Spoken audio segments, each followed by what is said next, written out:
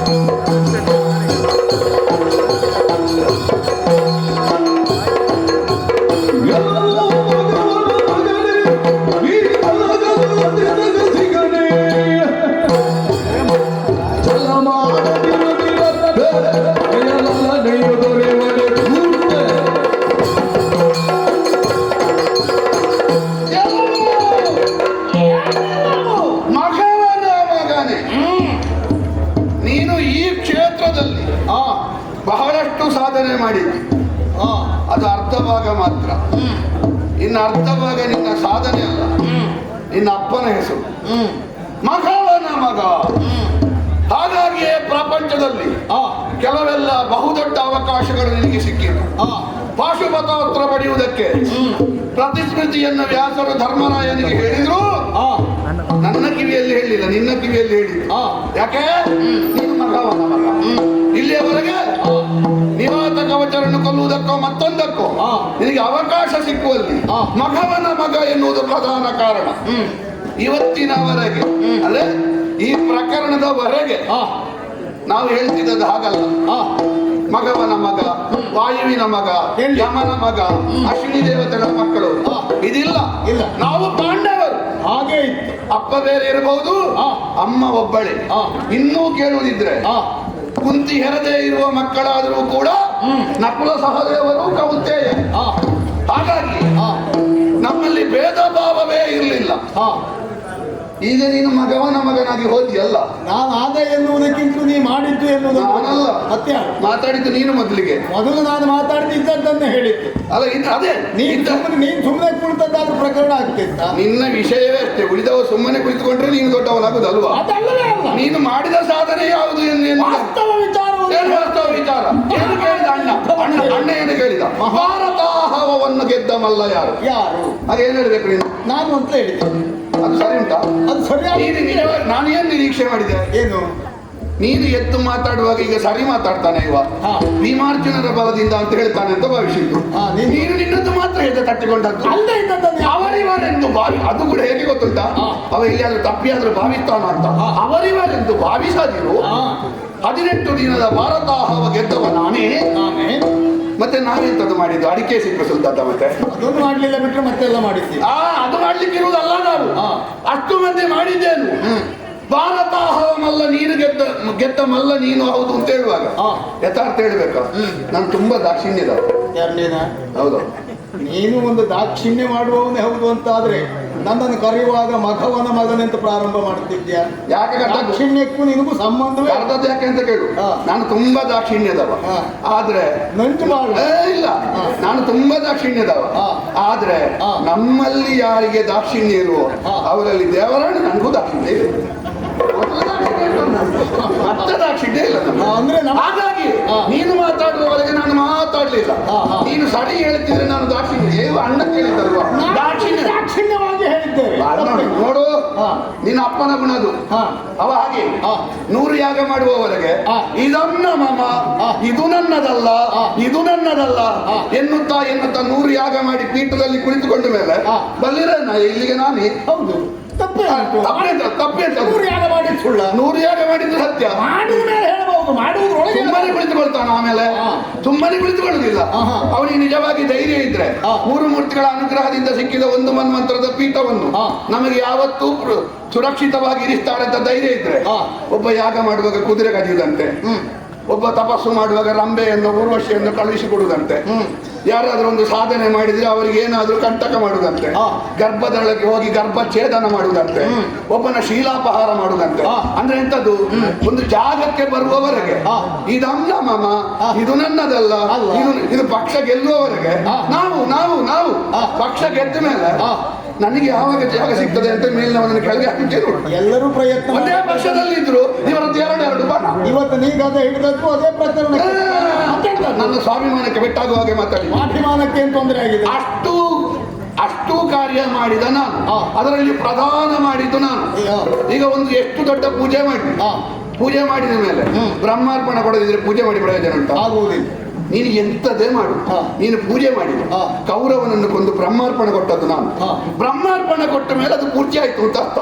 ಕೌರವಾದಿಗಳನ್ನು ಕೊಂದ ಭೀಮಸೇನ ಜೀವ ಇರುವಾಗ ಗೆದ್ದವ ನಾನು ಅಂತ ಹೇಳಿದ್ದಕ್ಕೆ ನಮ್ಮಲ್ಲಿ ಆದ ಸಂಘರ್ಷ. ಕೈ ಆಯ್ತು, ಒಂದು ಕ್ಷಣದಲ್ಲಿ ನಿನ್ನ ಕೈ ಮೇಲಾಯಿತು. ಈಗಲೂ ನೀನು ಛಲ ಬಿಡುವುದಿಲ್ಲ ಅಂತ ಹೊರಟ್ರೆ ಇತ್ಯರ್ಥ ಆಗ್ಬೇಕು. ಇತ್ಯರ್ಥ ಅಲ್ಲ, ಈ ಸಲ ಇತ್ಯರ್ಥ ಆಗುವುದು ನಿನ್ನದೋ ನನ್ನದೋ ಎನ್ನುವುದಕ್ಕಿಂತಲೂ ನಮ್ಮಿಬ್ಬರ ಸಂಬಂಧ ಇಲ್ಲಿಯವರೆಗೆ ಕೌರವರ ವಿರೋಧಿಗಳಾಗಿದ್ರು. ನನಗೆ ನೀನೇ ಆದಿ ಕೌರವರನ್ನು ಕೊಲ್ತೇನೆ ಅಂತ ಹೇಳಿದ್ದೆ, ನಿನ್ನನ್ನು ಹೇಳದೆ ಕೊಲ್ತೇನೆ. ಹೌದಾ? ನಾನು ಇಷ್ಟೊತ್ತು ಯಾಕೆ ಸುಮ್ಮನೆ ಉಳಿದಾಗ್ಬೋದಾನೆ ಗೊತ್ತಾಗಲಿಲ್ಲ.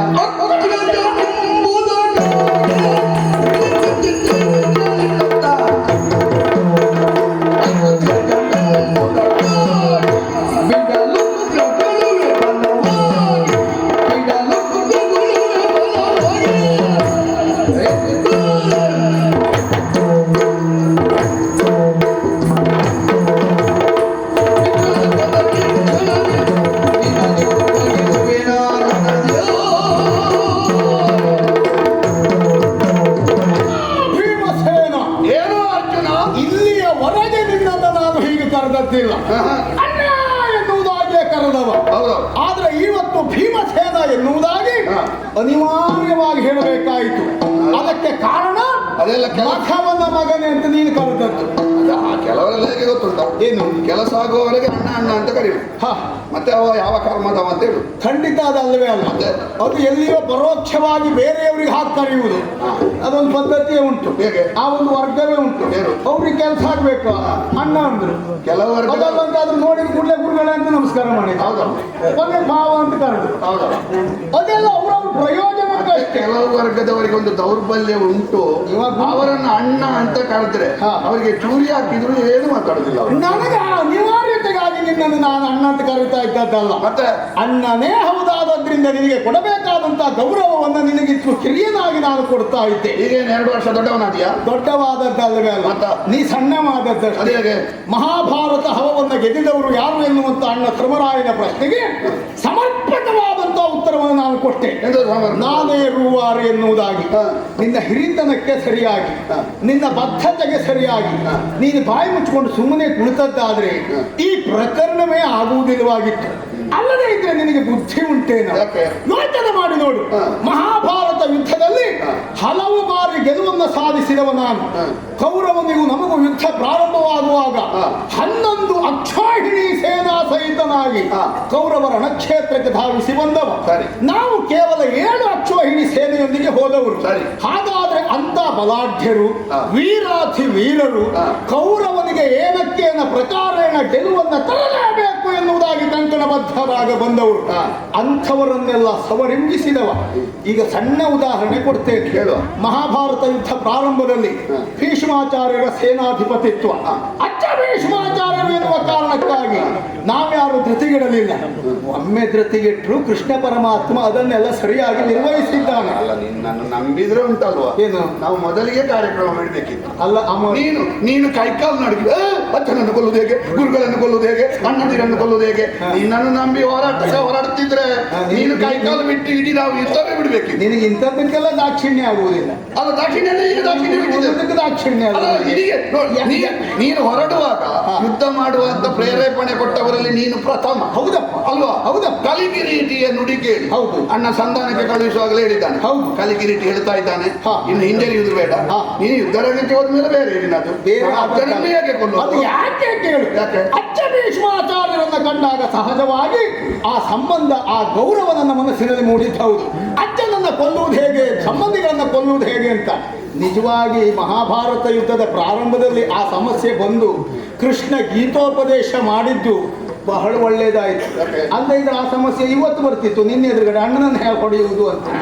ಆವತ್ತೇ ಆ ಪ್ರಕರಣ ಇತ್ಯರ್ಥ ಆಗೋದ್ರಿಂದ ನನಗೆ ದ್ವೇಷ ಸಾಧನೆಗೆ ಏನು ತೊಂದರೆ ಒಂದೇ ಹೇಳ್ಬೇಕಾ, ನಿನಗೆ ಗೀತೋಪದೇಶ ಮಾಡಿದ್ದುಂಟಲ್ವ, ಅದು ತೂತು ಪಾತ್ರೆಗೆ ಹಾಲು ಸುರಿದ ಹಾಗೆ ಆಗಿದೆ. ನಿನಗೆ ಸಿಕ್ಕಿದ್ದೆ ಅಂತಪ್ಪ. ಯಾಕೆ ಯಾಕೆ ಕೇಳು, ಯಾಕೆ ಹೇಳು. ಈಗ ನೀನು ಗೀತೋಪದೇಶ ಆದ್ಮೇಲೆ ನಡೆಸಲಿಲ್ವಾ? ಹೌದು. ಕರ್ಣನಾರರಿ ಹಲವು ಹಂಬಲಿಸುತ್ತಲಿರ್ಬೋದು. ಹೌದು. ಕರುಳು ಕಡಿಯುತ್ತಾ ಉಂಟು. ಹೌದು. ಗೀತೋಪದೇಶ ಯಾವ ಕರ್ಮಕ್ಕೆ ನಿನಗೆ? ಪುಣ್ಯ. ಕರ್ಣನನ್ನು ನೋಡಿ ನಿನ್ನ ಕೈ ಕಲ್ಲಾಡುತ್ತದೆ. ಕರ್ಣನನ್ನು ನೋಡಿ ನನಗೆ ಆ ಭಾವ ಆದದ್ದಲ್ಲ, ಮತ್ತೆ ಕರ್ಣನ ಪರಿಸ್ಥಿತಿಯನ್ನು ನೋಡಿದಾಗ ಮಮ್ಮಲ ಮರುಗಿದ್ದು. ಈಗ ಅವ ಏನ್ ಹೇಳಿದ? ಕೃಷ್ಣ ಏನ್ ಹೇಳಿದ? ಏನ್ ಹೇಳಿದ?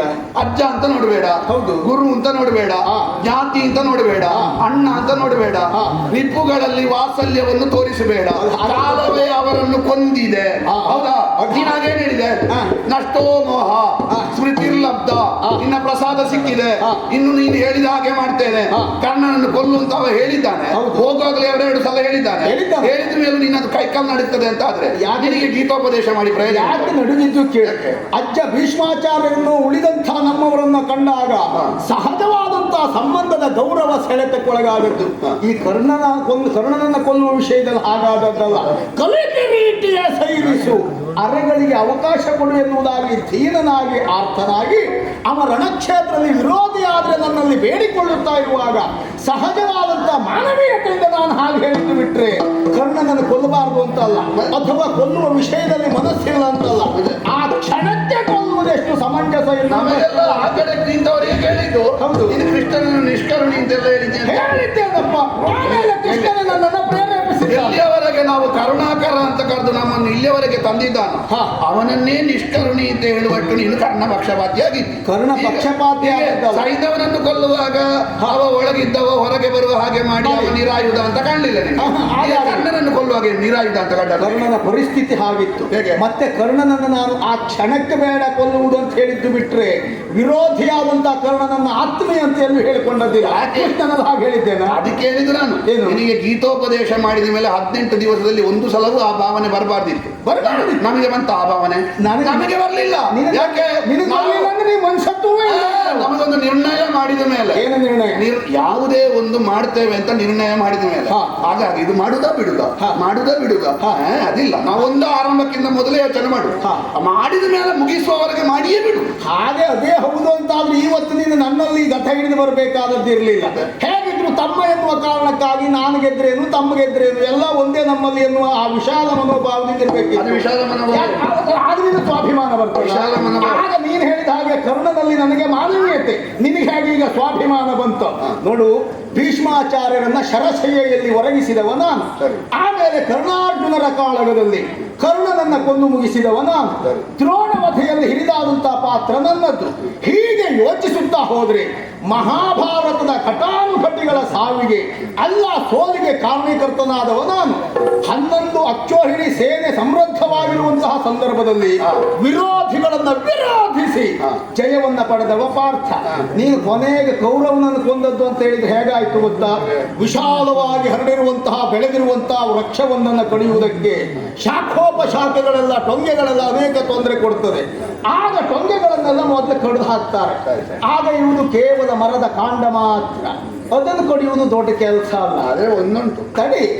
ಈ ಕೌರವನು ಹಾಗೆ ಅವನಲ್ಲಿರುವಂತಹ ಶಾಖೋಪಶಾಖೆಗಳು ಅವನ ಬಲ ಎಲ್ಲ ನಾವು ಕೊಂದು ಮುಗಿಸಿ ಆಗಿತ್ತು. ಕೇವಲ ಕಾಂಡ ಮಾತ್ರ ಇತ್ತು. ಅದಕ್ಕೆ ಭೀಮನೇ ಆಗಬೇಕು ಅಂತ ಇರ್ಲಿಲ್ಲ. ನಮ್ಮ ಮನೆ ಕೆಲಸದ ಆಳು ಹೋದ್ರು ಕೌರವ ಸಾಯ್ತಿದ್ದಾರೆ. ನೀವೊಂದು ಹೆಸರು ಮಾಡಿಕೊಂಡೆ. ಇನ್ನಲ್ಲಿ ಕೇಳುದು ನಾನು, ಏನು ಗೆಲ್ಲು ಕಡಿದ ಮೇಲೆ ಮರದ ಕಾಂಡ ಉಳಿದ್ರೆ ಮತ್ತೆ ಗೆಲ್ಲು ಬರುವುದಿಲ್ವ? ಪುಣ್ಯಾತ್ಮ ಬರ್ತದೆ. ಅದೇ ಹೇಳಿದ್ರು ನಾನು. ಕೌರವ ಒಬ್ಬ ಉಳಿತಿದ್ರೆ ಭೀಷ್ಮ ದ್ರೋಣರಂತ ಮತ್ತೊಂದು ಯೋಧರನ್ನು ಸೃಷ್ಟಿ ಮಾಡುತ್ತಿದ್ದಾವ. ಕೌರವ ಉಳಿಯದೇ ಇರುವ ಕಾರಣ ನಮಗೆ ಜಯ ಅಂತ ನಿರ್ಣಯ ಆದದ್ದೇ ಹೊರತು ಈಗ 10 ದಿವಸದಲ್ಲಿ ಭೀಷ್ಮರ ಮಲಗಿದ್ರು ಬಂದ್ರೆ ಮರ್ತೋಗುದು ವಿಷಯ. ಹಾಗಾಗಿ ಅದು ಮರ್ತೋಗಿತ್ತು ಅಷ್ಟೇ. ನೀನು ಮೊದಲೇ ಇದನ್ನೆಲ್ಲ ಹೇಳಬೇಕಿತ್ತು. ನನಗೆ ಕೋಪ ಬಂದ್ರೆ ಮರ್ತು ಹೋಗ್ತದೆ, ದಾಕ್ಷಿಣ್ಯ ಆದ್ರೆ ಹೀಗಾಗ್ತದೆ, ನಿನಗೆಲ್ಲ ನಿನಗೆ ಬೇಕಾದ್ರೆ ಮೊದಲೇ ಹೇಳಿಕ್ಕೆ ಅದು ಬಾಯ್ಪಾಟ. ಅದು ಬಂದದ್ದೇ ದಿವಸ ಇಲ್ಲದ ನಿನ್ನ ಸ್ವಭಾವ ಇವತ್ತು ಮಾತ್ರ ಬರ್ತದೆ. ಅರ್ಥ ಆಗಲಿಲ್ಲ. ನಾನು ಏನು ಮಾಡಿದ್ರು ಈಗಲಾದ್ರೂ ಅರ್ಥ ಆಗಲಿ ಅಂತ ಹೇಳಿ ಹೇಳಿದ್ದು ನಾನು ಕೊಲ್ಲುವಾಗ ಸ್ವಲ್ಪ ಹೊತ್ತಾಗ್ತಿತ್ತು ಅಷ್ಟೇ. ತೊಡೆಗೆ ಹೊಡೆದ್ರೆ ಕೊಲ್ಲುವುದು. ನಾನು ಪ್ರತಿಜ್ಞೆ ಮಾಡಿದ್ದೆ ಮರ್ತೋದದ್ದು. ಇಲ್ಲದ್ರೆ ಮೊದಲೇ ತೊಡೆಗೆ ಹಾಕುದಿಲ್ಲ ಅವನದ್ದು. ನನಗೆ ಕೋಪದಲ್ಲಿ ಪ್ರತಿಜ್ಞೆ ಮಾಡಿದ್ದು ಎಲ್ಲರಿಗೂ ನಿನಗೆ ಮರ್ತೋದ ಇಂದ್ರನ ಕವಚ ಇಂದ್ರ ಹೋಗಿ ಕವಚ ತೆಗೆದಿದ್ದಾನೆ. ಶಿಖಂಡಿಯನ್ನು ನಿಲ್ಲಿಸುವಂತ ಭೀಷ್ಮರು ಹೇಳಿದ್ದಾರೆ. ಇದು ಮರ್ತೋದದ್ದಲ್ಲ, ನನಗೆ ಮರೆತು ಹೋದದ್ದು. ವ್ಯತ್ಯಾಸ ಉಂಟು ನೋಡು. ನನ್ನ ಶಕ್ತಿ ಕುಂದಿದ್ದಲ್ಲ, ಮರೆತು ಹೋದದ್ದು. ಯೋಚಿಸು, ನೀನು ಇಷ್ಟೆಲ್ಲ ಮಾಡಿದ್ದೆ ಗೊತ್ತುಂಟ? ನಿನ್ನದು ಕೊನೆಗೆ ಕೃಷ್ಣನ ಸೂತತ್ವ ಅವ ಇದ್ದಾನಲ್ವಾ? ಈಗ ನಿನ್ನೊಟ್ಟಿಗೆ ಸೇರಿ ಕಾಡ ಕಪಿಯಾಗಿದ್ದಾನೆ. ಒಂದು ಕಳೆದ ಪ್ರಸಂಗದಲ್ಲಿ ಮಾತಾಡಿದ್ದಾನೆ ಆ ಹನುಮಂತ, ಸ್ವಲ್ಪ ಮಾತಾಡಿದ್ದವ. ಈಗ ನಿನ್ನೊಟ್ಟಿಗೆ ಸೇರಿ ಸುಮ್ಮನೆ ಧ್ವಜದಲ್ಲಿ ನಿಂತಿದ್ದಾನೆ ಕಾದ ಕಪಿ. ಮತ್ತೊಬ್ಬ ಯಾರು? ಅವ ತಥಾಸ್ತು ಅಂತ ಹೇಳಿದ್ರೆ ನಿಮ್ಮದೊಂದು ಶಬರಾರ್ಜುನ ಅಂತ ನಾಟಕ ಉಂಟಲ್ವ, ಅದು ನಾಟಕ. ಅವ ಮೊದಲು ನಿನ್ನನ್ನು ಹರಸಲಿಕ್ಕೆ ಬಂದ, ನಿನಗೆ ಅನುಗ್ರಹ ಕೊಡ್ಲಿಕ್ಕೆ ಬಂದ ಈಶ್ವರ. ಈ ನಮಗೆ ಬಂದದ್ದು ನಮಗೆ ಕೊಟ್ಟದ್ದು ಎಲ್ಲ ನಾಟಕ, ಹಾಗಲ್ಲ ನಿನ್ನದೆಲ್ಲ ನೈಜ. ಅವ ಹಾಗೆ ಹೇಳಿದ್ದಾನೆ. ಆ ಅಮ್ಮ ಪಾರ್ವತಿ ದೇವಿ ಹೇಳಿದ್ಲಂತೆ, ಆ ಮಗನಿಗೆ ಕೊಡ್ಲಿಕ್ಕೆ ಹೋಗುವ, ಹೌದು ಸ್ವಲ್ಪ ಬೆನ್ನು ನೋಡ್ಬೇಕು ಅವನದ್ದು ಎನ್ನುವುದಾಗಿ ಹೇಳಿ ಯುದ್ಧ ಆರಂಭ ಆದದ್ದು. ಮತ್ತೆ ಪೂರ್ತಿ ಯುದ್ಧ ಮಾಡ್ತಿದ್ರು. ಅದು ನನ್ನ ಬಲಾಢ್ಯತೆಯನ್ನು ಪರೀಕ್ಷಿಸುವುದಕ್ಕೆ ನಾಟಕ ಮಾಡಿದ್ದು ಬಿಟ್ಟರೆ ಕೊಡುವುದಕ್ಕೆ ನಾಟಕ ಮಾಡ್ಕೊಂಡು ಬಲಾಢ್ಯ ಅಂತ ಹೇಳಿದ್ರೆ ಈಗ ಅವನಿಗೆ ಮನವರಿಕೆ ಕೊಡುವುದಕ್ಕೆ ನಾಟಕ ಅಂತಲ್ಲ, ಯುದ್ಧ ನಾಟಕ ಅಂತ ಹೇಳಿದ್ರು. ಯುದ್ಧ ನಾಟಕವೇ ಅದೇ ಹೇಳಿದ್ರು. ಆ ನಾಟಕದಲ್ಲಿ ನೀನು ಎಷ್ಟು ಅಂತ ಪರೀಕ್ಷೆ ಮಾಡಿದ್ರು, ಅಲ್ಲಿ ಕೊಟ್ರು. ಅದು ನಾಟಕ ಎನ್ನುವುದು ಅವನಿಗೆ ಮಾತ್ರ ನನಗೆ ಗೊತ್ತಾ? ಅದು ನನಗೆ ಗೊತ್ತಿಲ್ಲ ಎಂಬಲ್ಲಿಗೆ ನಾನು ಬಲಾತ್ಮನಾಗಿ ಹೋರಾಟ ಕೊಟ್ಟಿದ್ದೆ. ಅದು ನಿನಗೆ ಈಶ್ವರ ಅಂತ ಗೊತ್ತಿಲ್ಲದೆ ಅಂತಲ್ಲ. ಈಶ್ವರ ಅಂತ ಗೊತ್ತಿದ್ರೆ ಮೊದಲೇ ನೀನು ಬಿಲ್ಲು ಅರ್ಚನೆ ಮಾಡ್ತಿದ್ದೆ. ಈಶ್ವರ ಅಂತ ಗೊತ್ತಿಲ್ಲದೆ ಹೋರಾಟ ಮಾಡಿದ್ದೆ. ನೀನು ಅಲ್ಲೆಲ್ಲ ಏನೆಲ್ಲ ಪಡೆದಿದ್ಯೋ ಅದನ್ನು ಕುರುಕ್ಷೇತ್ರದಲ್ಲಿ ಪ್ರಯೋಗಿಸಿ ಈ ಸಲ ಅವನನ್ನು ಕರೆಸು. ಯಾರನ್ನು?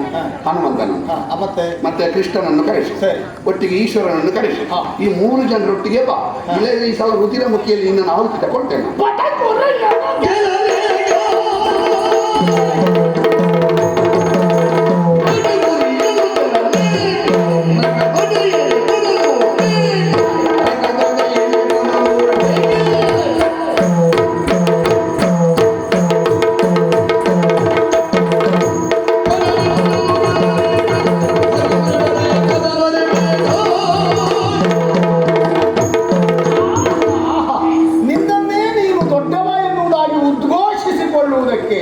ಇಷ್ಟೆಲ್ಲ ಪೀಠಿಗೆ ಹಾಕುವುದು ಎನ್ನುವುದು ನನಗೆ ಗೊತ್ತುಂಟು. ನೀನು ಪೀಠಿಗೆಯಲ್ಲಿ ಹೇಳಿದ್ಯಲ್ವಾ?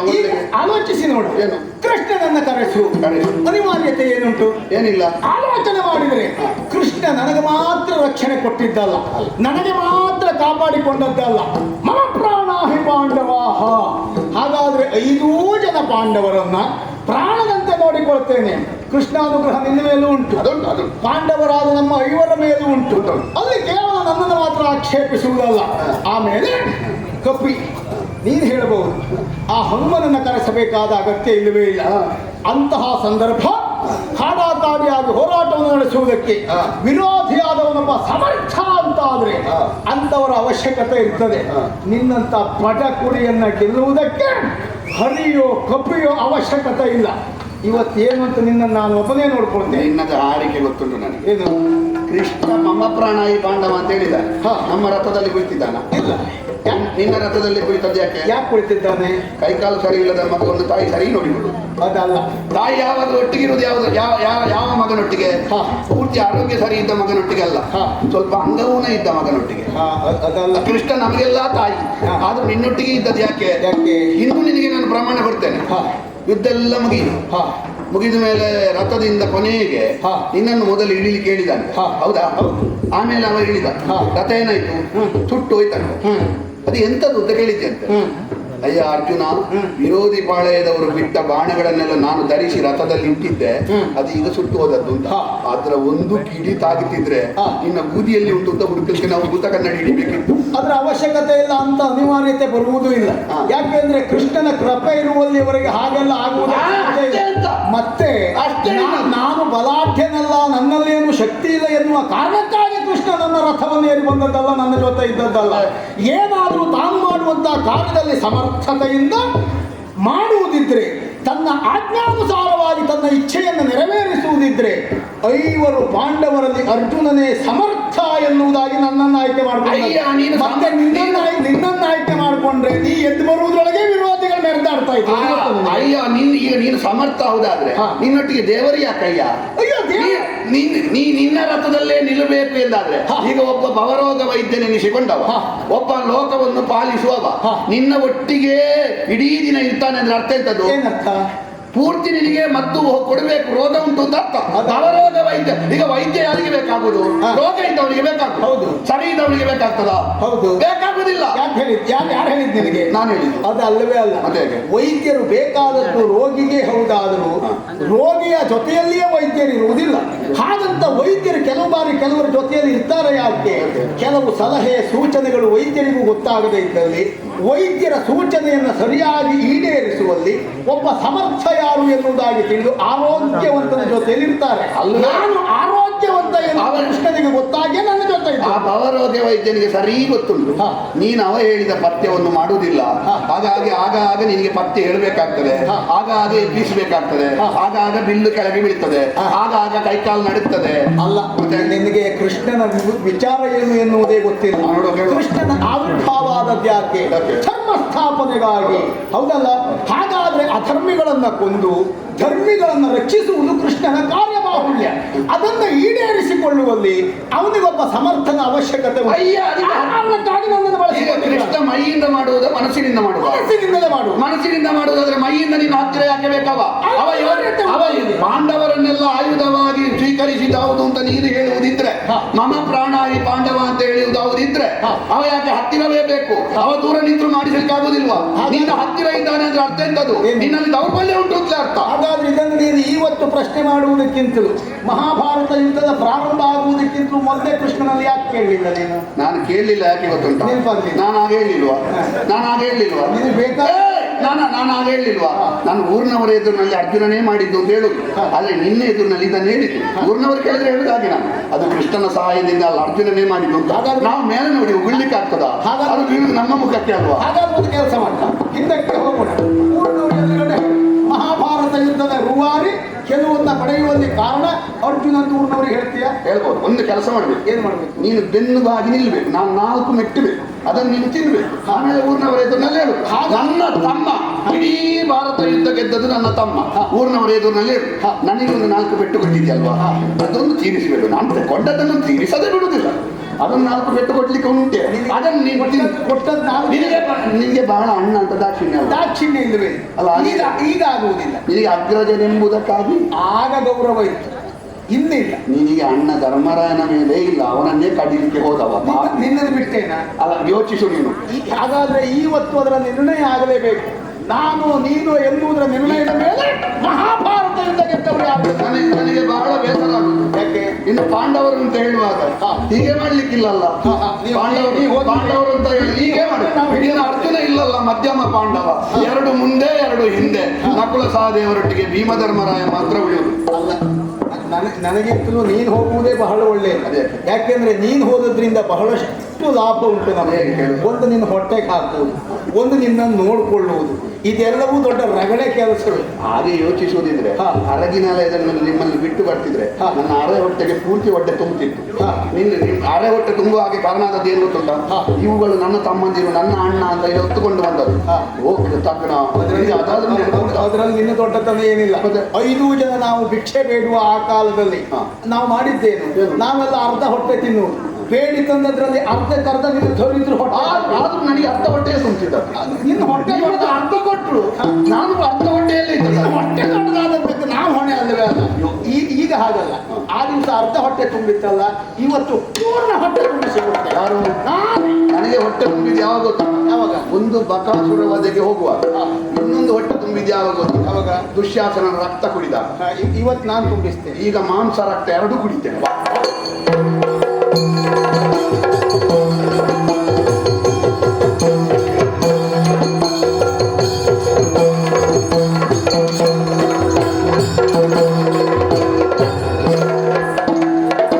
Hare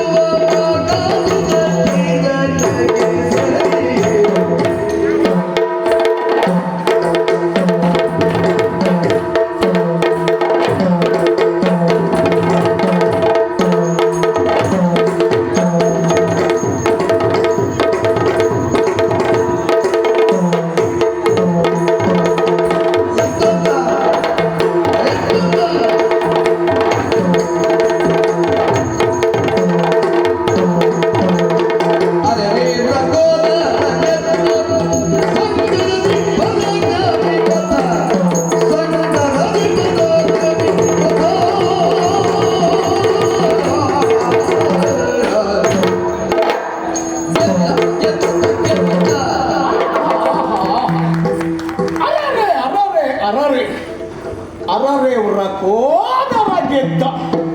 ಎಷ್ಟು ಮಾತಾಡಿದ, ಏನು ಹಂಗಿಸಿದ, ಏನಾದರೂ ಪ್ರಯೋಜನ ಆಯಿತಾ? ಅಹಂಕಾರಿ, ಏನೂ ಗೊತ್ತಾಗುವುದಿಲ್ಲ.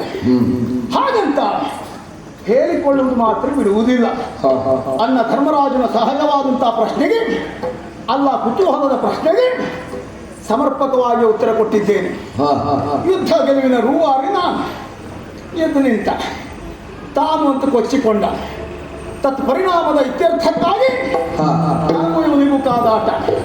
ಹಾಗೆ ಮಾಡಿದ್ದೇನೆ, ಹೀಗೆ ಮಾಡಿದ್ದೇನೆ ಎನ್ನುವುದಾಗಿಯೇ ಕೊಚ್ಚಿಕೊಂಡಿರುವಂತಹ ಈ ದೊಡ್ಡ ಹೊಟ್ಟೆಯವ ಈಗೇನಾಯಿತು? ನನ್ನ ಅವನ ಹೋರಾಟದಲ್ಲಿ ಗೆದ್ದ ಎನ್ನುವುದು ಅವನ ಜನ್ಮದಲ್ಲಿ ಸಾಧ್ಯ ಇಲ್ಲ. ಬಿದ್ದ ದುರುಳನಾದಂತಹ ಕೌರವನನ್ನು ಇವನೇ ಹೋರಾಟದಲ್ಲಿ ಗೆದ್ದಿದ್ದಂತೆ. ಯಮಪುರಿ ಅವನನ್ನು ಅಟ್ಟುವುದರ ಮೂಲಕವಾಗಿ ನಮ್ಮದಾದಂತಹ ಹಸ್ತಿನಾವತಿಯನ್ನು ಪುನಃ ಪಡೆದುಕೊಳ್ಳುವಲ್ಲಿ ತನ್ನ ಸಾಹಸವೇ ಪ್ರಧಾನ. ಅವ ಅಲ್ಲದೆ ಇದ್ರೆ ನಮ್ಗೆ ಹಸ್ತಿನಾವತಿ ಸಿಗುವುದೇ ಇಲ್ಲ. ಇವ ಇಲ್ಲದೆ ಇದ್ರೆ ಕೌರವ ಸಾಯುವುದೇ ಇಲ್ಲ. ಏನೆಲ್ಲ ಹೇಳಿದ್ನಲ್ಲ. ಹಾಗಾದ್ರೆ ಇವ ಇಷ್ಟೆಲ್ಲ ಸಾಹಸ ಮಾಡುವಲ್ಲಿ ಇವನಲ್ಲಿದ್ದಂಥ ಆಯುಷ, ಇವ ಮಾಡಿದ ಸಾಹಸ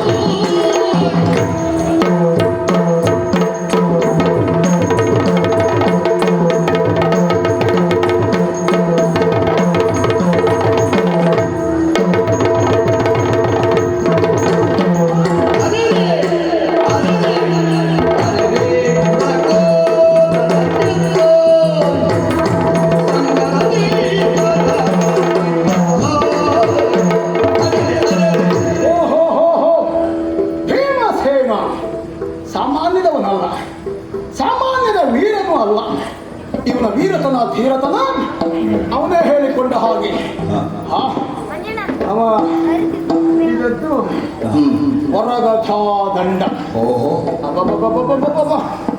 ಆ ಗಥೆ ಒಂದು ಉಳಿದರೆ ಏನನ್ನು ಸಾಧಿಸ್ತಾನೆ. ಹೇಳಿದ್ರಲ್ಲ, ಭೂಮಿ ತೂಕದ ಗದೆಯನ್ನು ಹಿಡಿದವ ಭೀಮ, ಭೂಮಿ ಭಾರದ ಗದೆ. ಇವನೇ ಈಗ ಭೂಮಿಗೆ ಭಾರ ಆಗಿ ಬಿಟ್ಕೊಂಡಿದ್ದಾನೆ. ಅಂದವ ಭೂಮಿ ತೂಕದ ಗದೆ ಹಿಡಿಯುವುದು ಹೇಗೆ? ಆಮೇಲೆ 100 ಆನೆಗಳ ಬಲ,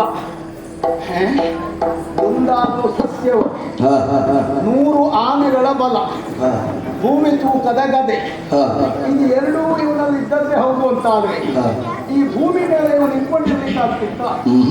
ಅವನಿದ್ದ ಸ್ಥಳ ಇದ್ದಾದ್ರೂ ಇರ್ತಿತ್ತ? ಆ ಭಾರಕ್ಕೆ ಭೂ ಕುಸಿತವೇ ಆಗಬೇಕಿತ್ತು ಅಲ್ವಾ? ಒಂದು ಕಡೆಯಲ್ಲಿ ಇವನು ಭಾರ, ಇನ್ನೊಂದು ಕಡೆಯಲ್ಲಿ ಗಧೆಯ ಭಾರ, ಇನ್ನೊಂದು ಕಡೆಯಲ್ಲಿ 100 ಆನೆಗಳ ಭಾರ. ಈ ಎಲ್ಲಾ ಭಾರದಿಂದ ಭೂಭಾರ ಕುಸಿತ. ಅದು ಆಗಲಿಲ್ಲ ಯಾಕೆ? ಅದು ಯಾವುದೇ ಇವನಲ್ಲಿ ಇರಲಿಲ್ಲ.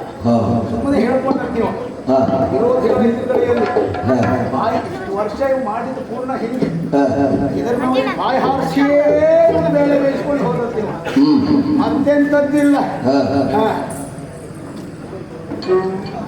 ಮತ್ತೆ ಎದ್ದು ಬರ್ತದೆ ನೋಡಿದೆ ಇಲ್ಲ, ಹೆದರಿದ್ದ ಅಲ್ಲಪ್ಪ. ಯಾಕೆಂದ್ರೆ ಬಿದ್ದವರು ಮಾತಾಡಬಾರದು ಎನ್ನುವ ಸಾಮಾನ್ಯ ಪ್ರಜ್ಞೆಯೂ ಇಲ್ಲದೆ ಇದ್ದ ಮಾಡಿಬಿಡ್ತಾನೆ ಎನ್ನುವ ಸಂತೋಷದಲ್ಲಿ ನಾನು ನೋಡಿದ್ದಾನೆ. ಅದು ಆಗಲಿಲ್ಲ. ಏನೇ ಇದ್ರು ಅನೇಕರನ್ನ ಕೊಲ್ಲುವುದರ ಮೂಲಕವಾಗಿ ತಾನು ಎನ್ನುವುದಾಗಿ ಹೇಳಿಕೊಂಡಂತ ಭೀಮ ಇವತ್ತು ನನ್ನ ಎದುರುಗಡೆಯಲ್ಲಿಯೇ ಸೋಲನ್ನು ಕಂಡಿದ್ದಾನೆ. ನನಗೂ ಅವನಿಗೂ ನಡೆದಿರುವಂತಹ ಹೋರಾಟದಲ್ಲಿಯೇ ಅವನು ಸೋತಿದ್ದಾನೆ ಎಂಬಲ್ಲಿಗೆ ಮತ್ತೆ ಅಣ್ಣ ಧರ್ಮರಾಜ ಕೇಳಿದ ಪ್ರಶ್ನೆಗೆ ಉತ್ತರ ಬೇಕಾ? ಪ್ರತ್ಯಕ್ಷವಾಗಿ ಉತ್ತರವನ್ನು ಕೊಟ್ಟ ಹಾಗಾಗಿದೆ. ನೋಡೋಣ.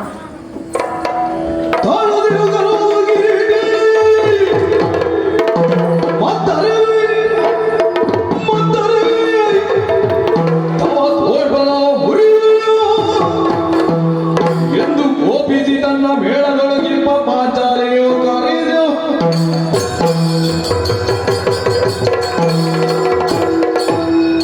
ಅರ್ಜುನ, ಏನೋ ಭೀಮ, ನಿನ್ನದು ಕೊಡಪನ ತುಂಬಿದ್ದೀರ. ಇನ್ನೊಂದು ನೀನು ಹೊಡೆದಾದರೂ ನೀನು ಒಳ್ಳೆದಾಗಿ ಉಳಿಯುತ್ತಿದ್ದೋ ಏನು? ಈಗ ನೀನಲ್ಲಿ ಕಾಣುವುದು ಯಾರು ಗೊತ್ತುಂಟ ನನಗೆ? ರಾವಣ. ಅವೊಬ್ಬ ಅನಾರಣ್ಯರನ್ನು ನಾವು ತಾಂಗಿಸಿದ್ದಾನೆ, ಅಲ್ಲಿಗೆ ಮುಟ್ಟಿದೆ, ಶಾಪ ಸಿಕ್ಕಿದೆ. ನೀನೊಂದು ದ್ವಾಪರ ಯುಗದ ಅಭಿನವ ರಾವಣ. ಹಾಗೆ ಒಬ್ಬರನ್ನು ನಿಲ್ಲಿಸಿದಾಗಲೇ ಸಾಯುವುದು ಅಂತಾದ್ರೆ ನೀ ಸಾಧಾರಣ 2 ಸಾರಿ ನೀನು ಒಬ್ಬರನ್ನಾದ್ರೆ ಎದುರಿಗೆ ಬಂದವರನ್ನು ಬಿಟ್ಟಿದ್ದೀಯ. ಹಾಗೆ ನಿಂದಿಸುವುದಲ್ಲ, ಯುದ್ಧದಲ್ಲಿ ಸೋತವನನ್ನು ನಿಂದಿಸಿದ್ರೆ ಅವನಿಗೆ ಬಹುದೊಡ್ಡ ಘಾತಕ ಆಗ್ತದೆ. ಯಾಕೆಂದ್ರೆ ಈಗ ನೀನು ಬಾರದು ಎನ್ನುವುದು ಸತ್ಯ.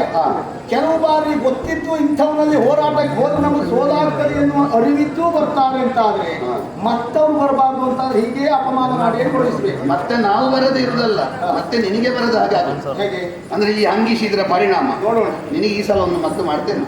ಅಲ್ಲ, ನೀನು ಇನ್ನಾದ್ರೂ ನನಗೆ ಅಂತಲ್ಲ, ನೀನು ಅದನ್ನೇ ಮಾಡ್ಕೊಂಡಿರೋದು ಒಳ್ಳೇದು. ನಿನ್ ಮತ್ತೆ ಇದೆಲ್ಲ ನಾನು ನನಗೆ ಮದ್ದು ಮಾಡುವ ಮೊದಲು ನಿನಗೊಂದು ಮದ್ದು ಮಾಡದಿದ್ರೆ ನನಗೆ ಮದ್ದು ಮಾಡಿ ಪ್ರಯೋಜನ ಆಗಲಿಕ್ಕೆ ನಮ್ಮದು ಹಾಗೆ ಮದ್ದು. ಹಾಗಾದ್ರೆ ನೀನು ಮಾಡುವ ಮದ್ದಿಗೆ ಎಂತದ್ದು ಪ್ರತಿಯಾಗಿ ನಾನು ತಯಾರಿಸ್ತೇನೆ. ಅಲ್ಲ, ನೀನೊಂದು ಮಾತಾಡಿದ್ಯಲ್ವ, ಭೂಮಿ ತೂಕದ ನಿನ್ನ ರಥ ಭೂಮಿ ತೂಕದಲ್ವ, ಮತ್ತೇನು ಅದು ಕೃಷ್ಣಾನುಗ್ರಹ. ಇದು ಹಾಗೆ ಅಲ್ಲ, ನಿನ್ನ ಕೃಷ್ಣಾನುಗ್ರಹ ನೀನೇ ಹೇಳಿದ್ಯಲ್ಲ. ಹಾಗಲ್ಲ, ಕೃಷ್ಣ ಇದ್ದದ್ದು ನಮ್ಮ ರಥದಲ್ಲಿ. ಕೃಷ್ಣ ನಿನ್ನ ರಥದಲ್ಲಿ ಇದ್ದದ್ದು ಯಾಕೆ? ಯುದ್ಧಕ್ಕೆ. ಇದು ಗದೆ ಯಾವಾಗ ಸಿಕ್ಕಿದೆ? ಯಾವಾಗ?